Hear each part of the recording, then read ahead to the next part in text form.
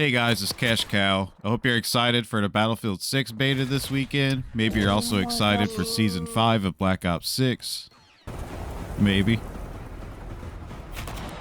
Okay, I definitely think AI is writing these cutscenes. Or maybe that guy has Ninja's canon now, because how the fuck?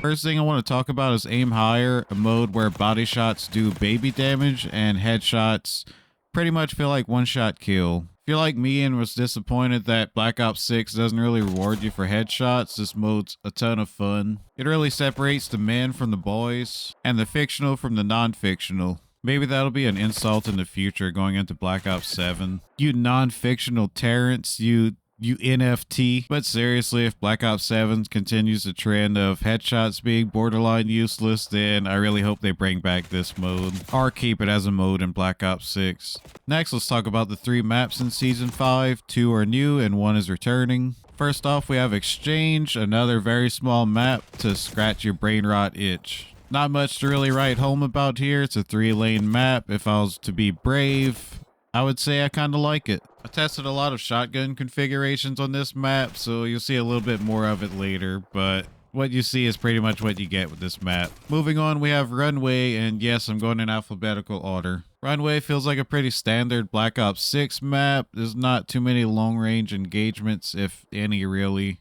But the mid-range to close-quarter gunfights feel nice. There's plenty of flank points as usual. Some nice and fun little camp spots that you'll see more of later when I test shotguns. Once again, doesn't feel like there's much to say, but the map feels fine. I like it. Moving on to WMD. Not gonna lie, I was excited to see firing range return from Black Ops 1, but I'm even more excited for this map because, let's be honest, I don't think fire range is that great. I think most of us remember WMD more fondly, but if you disagree, let me know in the comments, of course. I am not Activision, I could take criticism. But yeah, I really like this map. And out of all the times they give us an option to play one map exclusively, I kinda wish this had its own rotation, you know? Now onto weapon buffs. Honestly, I kind of don't get some of it. More specifically, like the TR2. I can see why that got its damage range buffed, but the SVD just doesn't make sense to me. That was already a good gun. A gun that actually felt rewarding to get headshots with because they were one-shot kills like every time.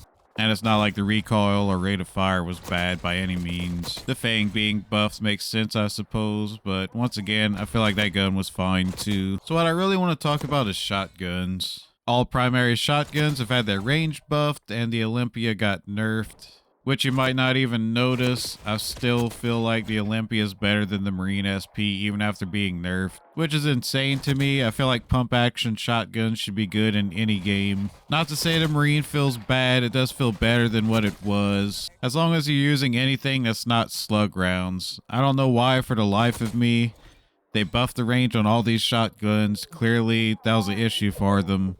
Yet slug rounds still feel useless on everything. And while incendiary does feel good on the Marine, I think if you're gonna run that, you might as well run the Maelstrom. I was getting absolutely obliterated by the Maelstrom with incendiary for one game.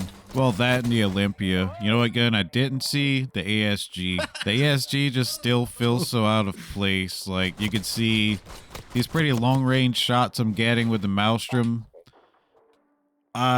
You know, why would you use the ASG? Bitch. Oh, trust it. When the Maelstrom just appears to do everything better. And I know it's that time of year again where it's really popular to hate on Call of Duty. And, you know, some of it's very deserved. But I'll say they were trying to make shotguns good again, at least. And the game isn't over just yet, so we'll see if they improve on it next patch. Dobby mustn't forget there's been a big update to Call of Duty's anti-cheat. For Black Ops 6, these anti-cheat features will be rolled out in phases, but for Black Ops 7, it'll be in full enforcement. So Black Ops 7 will absolutely require Secure Boot to be enabled alongside TPM2. Overall, I think this is great, but time will tell. As we saw with the Battlefield 6 beta, every time a game developer brags about their anti-cheat software, cheaters show them otherwise. But hey, at least they're trying. So finally, I want to talk about Zombies, The Reckoning, the final Zombies map for Black Ops 6. So first off, this map is very vertical, similar to Die Rise, but I think it did it a lot better.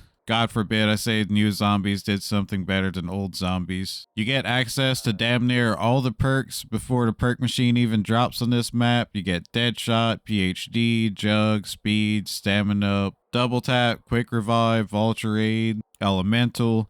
I think you really get everything besides maybe like Death Perception, which who cares about that? The map achieves being big without being too big. Everything feels very accessible. There's plenty of places to train zombies. Instead of spiders or vermins, we get Commando Klaus. They're easy to kill, but if they touch you, they explode, and they do a good bit of damage. There's no abominations, amalgams, or manglers, thank God. Instead, we get Mecha Klaus and Doppelgast. I'd say Mecha Klaus are the funnest mini bosses we've had yet. New zombies map wouldn't be complete without bugs. There's plenty of head scratching moments and moments of feeling like we broke the game, which we probably did. Some of it was just confusion with the Easter egg, which really isn't as bad as I initially thought. I think the world record right now is like 30 minutes, so it's really not that bad. I still personally don't like these Easter eggs that I say are Origin-esque. They kind of just, there's a whole bunch of things to do. Go here, go do this, go back there, so you could do this now. But I understand a lot of old school zombie fans love this kind of thing, and if Black Ops 6 statistics are to be believed, only about 2.9% of people complete these quests, so it's all love if you ask me. They're catering to a minority of the fan base, and hey, more power to them. I'm still going to play the map. I love it. I'll probably do the quest one more time and then never do it again in my life. And the reason I want to do the quest one more time, which, spoiler alert, if for some reason you haven't played it yet and you don't want anything to be spoiled, please skip to the end using timestamps. There are 2 separate boss fights for the Reckoning's ending, and you can only get one per playthrough. You get the choice of helping Samantha or Richtofen. I chose to help Samantha because that's the easier boss fight to do, at least at the time of me posting this. That's everyone's understanding. So even though I really don't care for zombies quests like this, I did love the boss fight. Same thing with Shattered Veil. I kind of wish there was a mode to just play through the boss fights. The boss is very tanky. It's not at all a quick endeavor.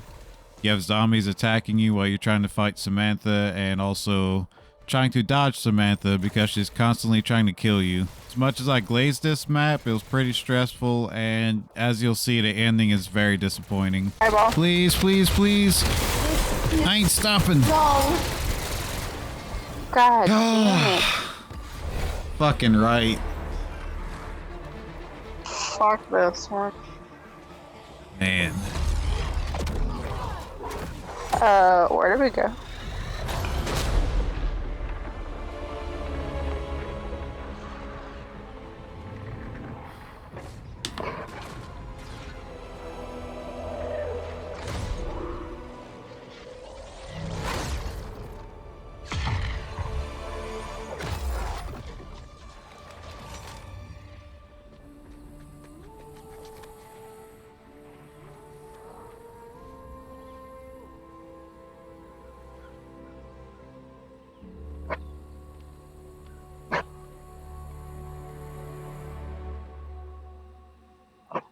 That's it?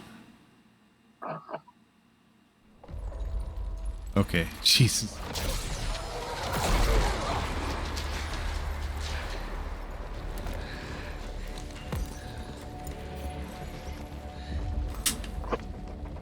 Welcome to the party.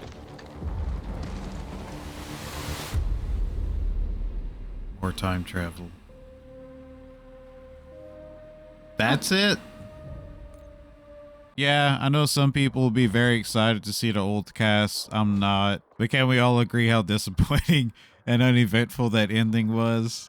Yeah, overall a great map. I think Black Ops 6 Zombies ended on a very good note. It wasn't always the best, but I still think overall Black Ops 6 Zombies will go down as a top 3 zombies for me easily. I apologize to anyone that was hoping to hear about Warzone. I kind of just don't have anyone to play it with, and it doesn't really hold my interest. And I've yet to see anyone mention that they liked when I did cover Warzone. If you do, please let me know, but yeah. And regardless of my critiques on Battlefield 6, I think with their battle royale coming out, Warzone's just not gonna appeal to most people anymore. I mean, people say it's already dying or it's been dying, so Call of Duty is multiplayer and zombies to me. And maybe aliens if they ever decide to bring that back, who knows. And yes, I don't have the AUG or the new LMG yet. I'm not gonna buy Battle Pass, especially on a game that's about to be over.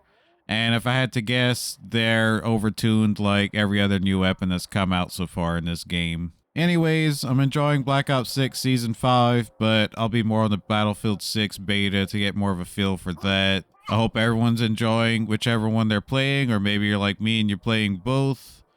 Let me know what you think in the comments about Season 5. Thanks for watching, as always. I'll catch you later. Grenade is out. Enemy throwing stun. Oh, he got me. The cow. Headshot. He said, "Oh, he got me." The cow.